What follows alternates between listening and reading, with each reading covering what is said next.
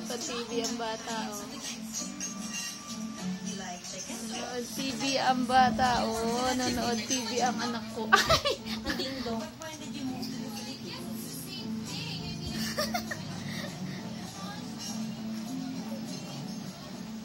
Kaya talaga mag-partner ni Kat noon pa?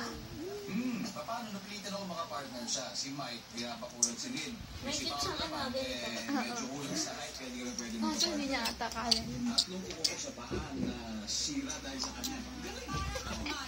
Kapangit. Kapangit ang anak ko.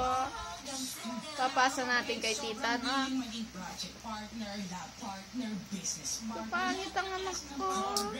Seryoso pa, oh. Seryoso pa, oh. Nanonood pa siyang TV, oh.